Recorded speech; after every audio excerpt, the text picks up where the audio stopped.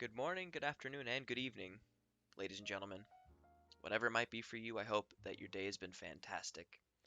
Welcome to a Simple Standpoint podcast, which is a podcast full of simple standpoints, as you could probably expect. So, welcome. Today we're going to be talking about the NBA regular season standing predictions that I have, why I think that the NBA season is going to go the way that it'll go, and what I believe to be truly plausible even though some of these things might surprise some people when I say them.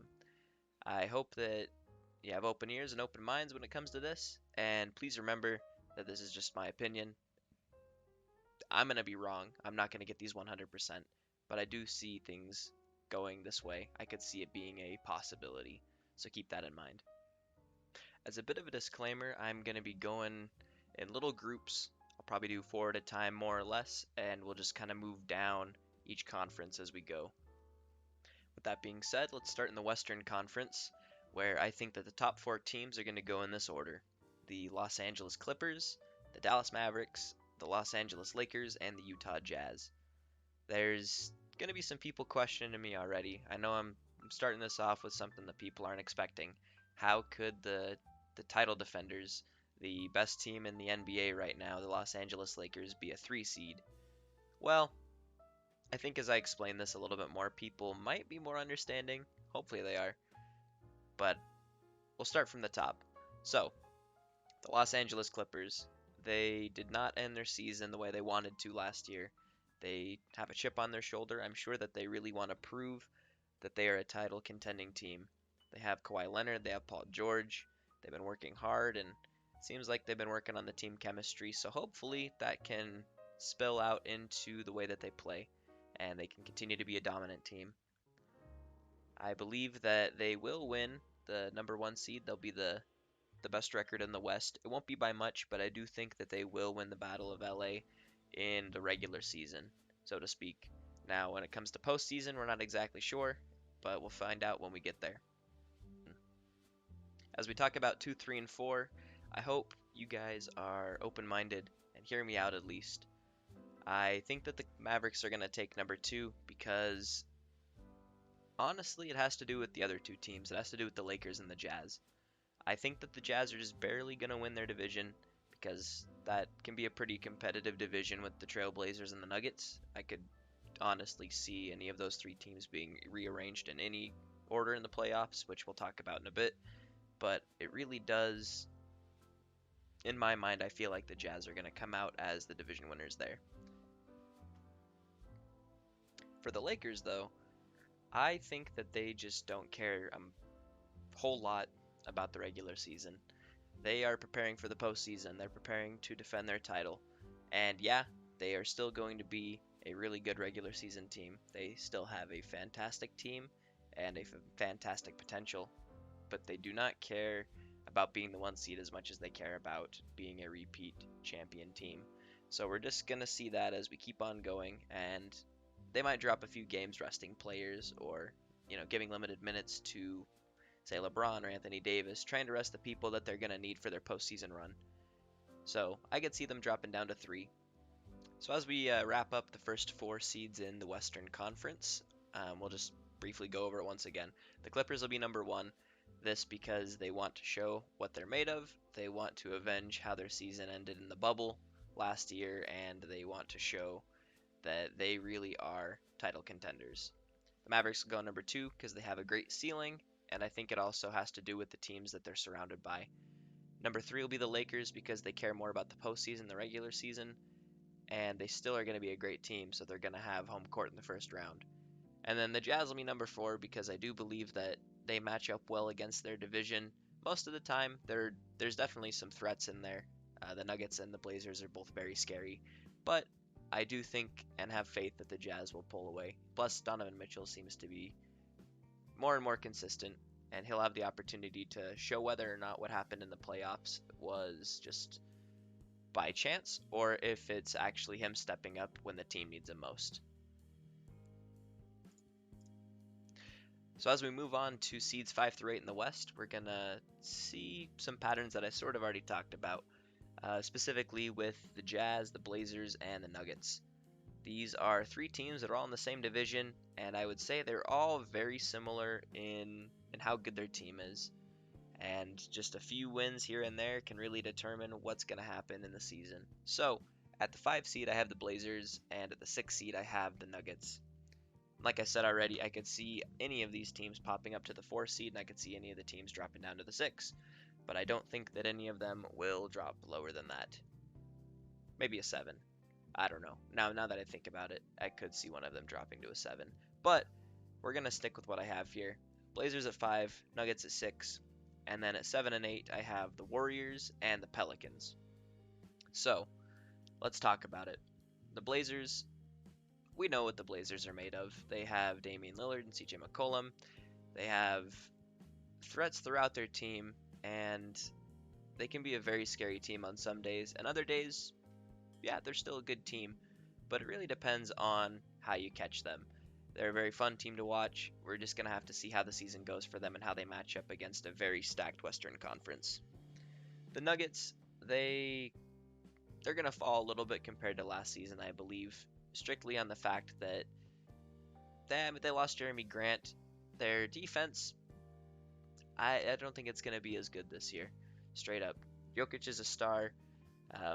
And Murray just needs to work on consistency, and if those things happen and if their defense steps up, I definitely could see them being a 3 seed or a 4 seed, but it all depends on how things go. As we move down to the 7 seed, I have the Warriors, and I already mentioned it, but this is the time for Steph Curry to show how great he really is. He is very arguably the best point guard in the league when you're playing 5-on-5 ball, but with no Klay Thompson, Draymond Green's injury status, and a generally young team surrounding him, now's the time for him to prove himself. He has the potential to help them make the playoffs. I definitely could see that happen. I could also see them not making it. It just depends on how things go. But I do believe that Steph Curry will bring the Warriors into the playoffs as a 7 seed. How deep he can take them is another story, though. And at the 8 seed, I put the Pelicans because of a few different factors. Starting off, so far we haven't seen a ton of Zion Williamson, but from the little bit that we have seen from this year's preseason and the little bit last season, I think everyone would agree that we are ready to see even more of him. He is an impressive player. He's very athletic and handles the ball well for his size. He is very powerful, and he is a strong player. If he's able to play consistently throughout the season, and if the Pelicans utilize the players that they have in Steven Adams, Brandon Ingram, Lonzo Ball, and the other people that they have that give more experience to their team, they have quite a great potential of making the playoffs and a great potential in the future. So we'll just have to wait and see what this team is capable of doing. Now that we're out of the top 8 in the West, we're going to pick up the pace a little bit as we talk about these other teams. So at the 9 seed, we're going to put the Suns. I think that the Suns have a lot to prove, and I could definitely see them making the playoffs. I just think that there's a lot of competition right now. It is the first season that they'll have Chris Paul, and I think that that's going to be an incredible blessing for that entire team. It's going to help out Ayton a lot because Chris Paul knows how to utilize bigs. Devin Booker is going to grow from that experience, and I think the both of them will work great together in the backcourt. The thing, though, is Ayton does have a lot of competition with other bigs in the West, like Anthony Davis, Porzingis, Rudy Gobert, Jokic. But he will grow with time, and he's going to end up as a great player. At the 10, I have the Memphis Grizzlies. And I have the Grizzlies here because Ja Morant is a fun player to watch and is a threat. That's really all that I have to say about them. They remind me of the Kings a lot, and I think of both teams very similarly. I just believe that the Grizzlies are a better run organization, so I think they're going to build better around Morant. At the 11, I have the Rockets. This could be a surprise to some people, could not be a surprise to others, but the Rockets have a very toxic locker room right now. Just today, as I was making this, or writing up some notes or whatever you want to call it, I was looking at my phone and saw another report of James Harden creating more toxic blah blah blah. It just seems to be what's going around right now. He's not happy there, and I think that that's going to carry over into the court, carry into the locker room, and it's going to discourage the team. I do strongly believe that there will be a trade coming, and we'll just have to wait and see if it's with Philadelphia or if it's with some other team. At the 12, I already mentioned them, the Kings. De'Aaron Fox is really fun. I hope that organization can build around him, but we'll just have to wait and see. I don't think that this is their year.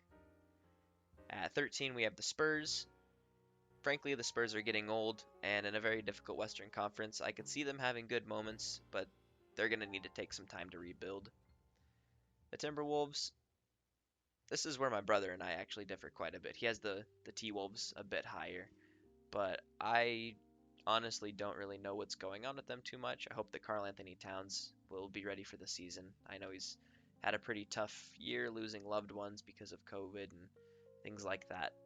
And we can just all hope that he gets feeling well, that his family's well, and that that experience can help him move to something greater, you know? That's that's what life's about. As the last seed in the West, and this isn't a shock to anyone, I don't think, is the Thunder. This is a team that's rebuilding right now. They're basically draft picks, and given a few years' time, I think they'll be a pretty good team again. They're going to have access and a lot of opportunities to get new talent, but it's going to take 5 years to develop before I think that they have a real standing once again in a Western Conference that seems to just be getting tougher and tougher by the year. And kicking off the Eastern Conference, we're going to have the top four once again, just like we did for the West. At the 1, we're going to have the Bucks. 2, I've put the Nets. 3, I've put the Raptors. And 4, I've put the Heat. And I suppose we'll just talk about 5 and 6 right now as well, as the Celtics and the 76ers. We're going to get to it in a second. We'll talk about the Bucks first, but then we're going to talk about that division. So, the Milwaukee Bucks are going to win a ton of regular season games, I believe, just like they did last year. They'll take the number 1 spot. Giannis, Jrue Holiday. It's going to be a good team. Giannis just signed an extension. It's good for the NBA. It's good for Milwaukee. I don't really care what anyone else says. I like seeing teams stay loyal to their players and the players loyal to their teams. So I am hopeful that the Bucks will be able to perform a little bit more in the postseason this upcoming year, while still keeping their regular season standard that they've set over the past couple seasons of being a top dog in the East. At the 2 seed, I put the Nets because having just watched a couple of the preseason games, Kevin Durant, Kyrie Irving, this team's scary. Their offense is just mind-boggling, really. I think they have the ability to produce many points. Honestly, I'm actually recording this after watching the season opener, which you can call that cheating, whatever. I've seen regular season games as I make these predictions, but I wrote them out first, I assure you. But let me tell you, this is an explosive team. The only thing that could hold them back potentially, would be their defense. I do think they'll take the 2 seed though, and I think that they are going to be a huge threat in the East and title contenders. And I guess while we're on the topic, we can talk about their division, because their division, I think they have 4 of the 5 best teams in the Eastern Conference in their division. The Nets, the Raptors, the Celtics, and the Sixers. Of course, they can't all be in the top 5 because the Heat need to, or whoever it might be. I'm claiming it's the Heat, but they have to take the 4 seed because that's how it works with the playoffs. But regardless, I do think that this is a very powerful division, and it's going to be exciting to watch all the matchups that these teams have. As we jump into what's coming next, I could definitely see all of this jumbled up quite a lot. But at the 3 seed, I have the Raptors because historically they've been a good regular season team, and I would honestly just feel wrong for putting them at a 5 or a 6 seed. Lowry, Van Fleet, and company are going to give this team a kick as their season gets underway, and we'll just have to wait and see how it goes. At the 4 seed, I have the Heat because they're going to take the division, therefore number 4 spot, and this is an opportunity for them to prove if last season was just something that happened because of the bubble, or they can show how much potential they really have through Jimmy Butler, through Tyler Hero, through Bam. They have potential, and I'm excited to see where they go and what they can become in the future. At the 5 seed, we're moving down to the Celtics. I think they'll have a good season, and I have faith in Jason Tatum to do something big this year. We're just going to see how big it really is in an Eastern Conference. Well, I guess really in their division that has a lot going on. So, I don't know. I really hope that he is able to do what he's been able to do in the past. Moving down to the 6, I have the 76ers, which is very fitting. I am sorry that you had to listen to me say that. I am more ashamed of saying that than you are for having heard it. I would like to apologize. So the Sixers, once again, I've already talked about this with the Rockets, but I do think that they are the main contenders when it comes to trading for James Harden. And if that does happen, it means Ben Simmons will probably go to the Rockets. If that happens early in the season, I'm not sure. If it happens later, we're just gonna have to see. But it all depends on what really happens and if they can stay healthy. So we'll wait and see there. But there's no way they're not gonna make the playoffs. They're a good team. Moving on to the rest of the Eastern Conference standings. As I scroll down, sorry if you can hear my mouse clicking in the background. I put the Atlanta Hawks because I think they have a great potential this year. And I'm actually going to run through 7 through 12 as we talk about this because I could definitely see the Hawks being a 7 seed, I could see them being a 12 seed, and I could see any of the teams in here making it into the playoffs potentially. Call me a little crazy.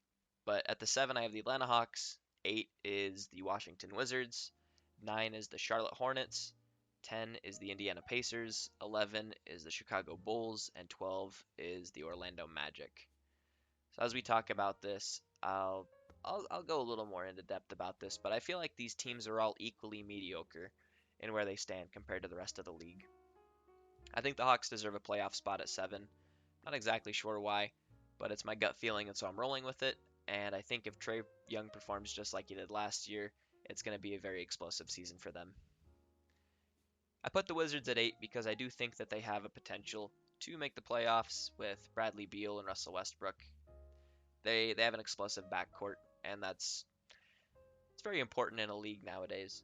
So I do think that they'll have the opportunity to help that team just barely make the playoffs. At the 9 seed, I have the Hornets, and I do think that they truly are a wild card. They could easily make the playoffs, and I could see them being a 12 seed. It depends on how their new additions perform and how well LaMelo can develop from game to game throughout the season. It's one thing to develop during the offseason, but it's another thing to adjust as you play in the league. There's a big difference. You have to figure out how to adjust game to game, and if he's able to pick up on that quickly and continue with his explosive play style that we've seen in his preseason action so far, it's going to be a pretty fun season, even if the Hornets fall short of this expectation or other expectations put upon them. At the 10, I put the Pacers. I feel like they're just having a falling out. I can't explain why. It seems like the East is all equally mediocre, and I think that the Pacers have just sort of been the same. I don't really know what else to say, but I hope that they have the potential to make the playoffs. It all depends on what really happens. I think that they're going to work hard and they'll be close, but when it comes down to it, I think that they'll fall just short of the playoffs as the regular season closes. The Chicago Bulls at 11. This one is also hard to explain. It's just one of those feelings. Kobe White looks like he could be the future of the organization. Lauri Markkanen's always good, and I think that the Bulls do have things that they can build around. I think they're heading in the right direction, but they're not quite there yet. So give them a year or two, and hopefully they'll be in that running for the playoffs. At the 12 seed, I decided to put the Orlando Magic. They made the playoffs last year, so you can't discredit them for that. But I do believe that the surges that come from these teams that have been surrounding them will sort of push them out of that contention. They are a young team. They have to grow, and hopefully in the future they'll be able to continue pressing forward and be a bigger threat in the East. For the 13, 14, and 15 to kind of round out the bottom of the Eastern Conference, we have the Detroit Pistons, the New York Knicks, and the Cleveland Cavaliers. These teams are, I think most people would agree that they're not in the running right now. I think the Knicks and the Pistons have a greater chance of proving something more than the Cavaliers do right now. But all these teams are just in a rebuild mode, so we're just gonna have to figure out where to go from there. And I hope that those organizations are able to continue building around the bit of talent that they already have. And yeah, that wraps it up for the NBA regular season standing predictions that I have. I hope that you guys enjoyed this. I hope that you agree with me on some of these. I hope you disagree with me on some of these. Let's talk about it, see what we can agree on, what we might change. That's what the whole purpose of a podcast really is, is to talk. And if you can't tell, I can't shut up. I like talking about things that people don't ask me about. So, thanks for tuning in. Thank you for listening to the simple standpoints that I have on this subject, and I hope that you have a fantastic day. Thanks. Have a good one.